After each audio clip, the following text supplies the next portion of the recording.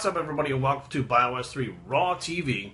This is a breaking news late night edition of Raw TV, and it's about 24 hours after the news came that the Ultimate Warrior passed away, and we got this Nancy Grace lady who's already. I mean, you know this is going to happen. You know, any of us, all of us, rather know that steroids are going to be partly to blame, if not completely demonized, to being what killed Ultimate Warrior. His physique and how it's, I can hear it coming already. But already, they had a doctor on here, Nancy Grace, and one of the things that she says is she does say drugs and steroids abused for a long period of time can affect the body and the results, or etc. She has this doctor come on, this little Asian dude with a head like this big, like the size of peanuts, like the size of my fist. It says, that's right, you know, steroids really do cause heart issues and heart longevity problems. Steroids, it just causes cardiovascular collapse. I'm sitting there going, what? Right before that, they showed a list of all the wrestlers who died young.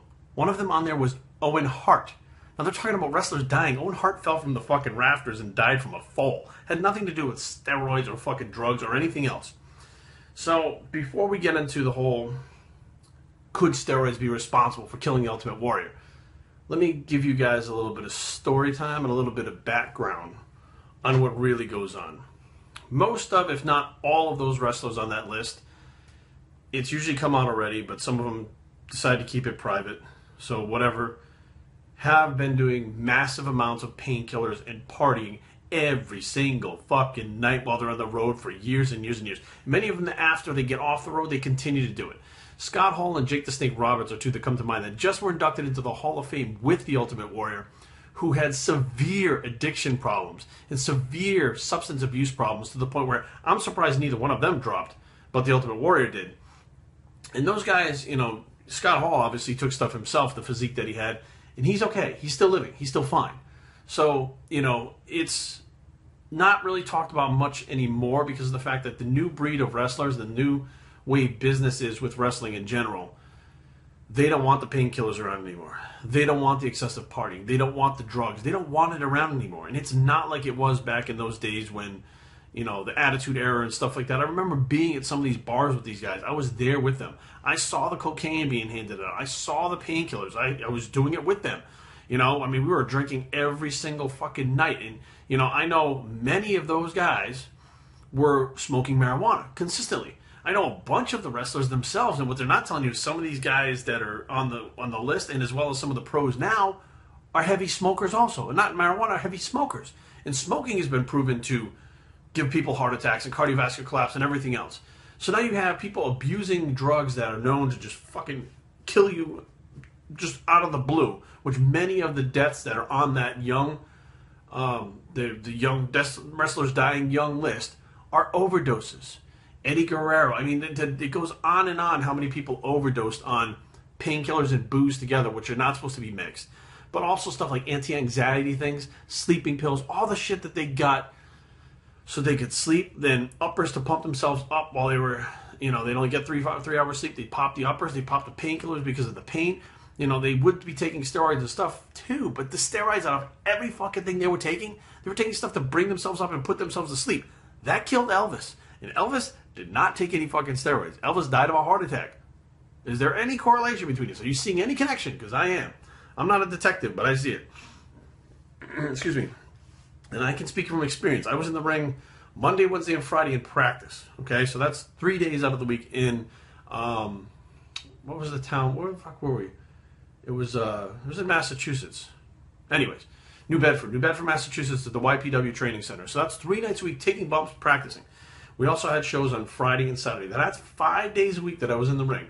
And I also was in the gym keeping up my physique, as well as working a job as a bouncer. Okay, and then there were some weeks that we actually did 3 shows. It would be a Friday and Saturday show, and the third one on a Sunday sometimes. So there were times that we traveled to other states to try to do shows, back-to-back shows, mostly 2 shows a week, sometimes 1 show a week, but sometimes 3 shows a week, as well as being in the ring 3 times a week. Now injuries start to come in. So now you're injured, you're trying to maintain your physique, you're trying to do the shows, and I was one of the lucky enough ones to get paid while I was doing the shows. Some guys didn't even get paid. So it also became a job for me to get paid at too. There's no way I was going to skip out on that money. So now I got to get in the ring. I got to train. I got to do all these things that I got to do. How do I do that? ephedrine, clenbuterol, painkillers by the buttloads. You're talking Vicodins, Percocets, Percodan, which was back then. And then when they finally came around, Oxycontins by the fucking truckload. Nubane, which is an injectable morphine type thing we were doing. Which my buddy, when he went to Europe, he came back and he's like, hey, they're all doing this stuff called Nubane over there. When he did a wrestling tour for like 28 shows in 30 days. He said they were all taking him out, getting him bombed every night over there. I mean, completely bombed and shooting Nubane. It was just a fucking mess between the drugs and the partying that go on all the fucking time with that whole era. Now, I'm not saying the Warrior didn't take steroids. I'm not saying he did or didn't do all the other drugs. But let me tell you, there's a lot of shit out there that these guys did that most of them talk about, and it's affected most of their lives, if not fucking killed a lot of them. That is not happening nowadays in the pro wrestling division, in the pro wrestling business. And you can see it in the difference that these guys are, completely different than they were back then as far as in the ring, personas, how many days on the road they are. It's a complete different thing. And they're keeping up with their physiques better now, as far as, their training and their dieting and stuff like that on the road. I mean, these guys on the road, they were fucking drinking beer and shooting fucking Nubane all the time. It was crazy. So I just think that the news right off the bat in 24 hours already pointing at the doctor just blamed, period, steroids. Let's stop and think a second. Anybody see the Ultimate Warrior to fucking run to the ring? Anybody ever see the way he acted? Did he act like that in these other videos that he did on YouTube? No. Could it be possible that he was taking some other shit, like some kind of amphetamine, like all the rest of them, all those years that may have caused heart damage? Could it possibly be that he was taking... Who the fuck knows? Could it possibly be he had a goddamn predisposition genetically for it to happen? I mean, let's face facts. People keel over every fucking day who've never touched a cigarette, who've never fucking taken a steroid, who've never taken an upper, never taken a downer, never taken anything. They live their life very healthy, clean, and drop dead at 45 of a heart attack. Bottom line is, steroids are always going to be bastardized. It doesn't matter if alcohol and cigarettes kill 500 million people a fucking year. Steroids kill one, and they're going to fucking turn it around and be like, steroids killed this guy, and then this guy over here smelled him when he died, and then he died, so steroids killed him too. It's going to be a fucking mess. It always is going to be, but you know what? Fuck those people on the news. Fuck this lady for trying to push it. Fuck that doctor. It's just fucking retarded, because after they talk about the steroids and stuff, they probably go and light a cigarette and fucking do some shots. Biostraining@gmail.com. Leave comments down below.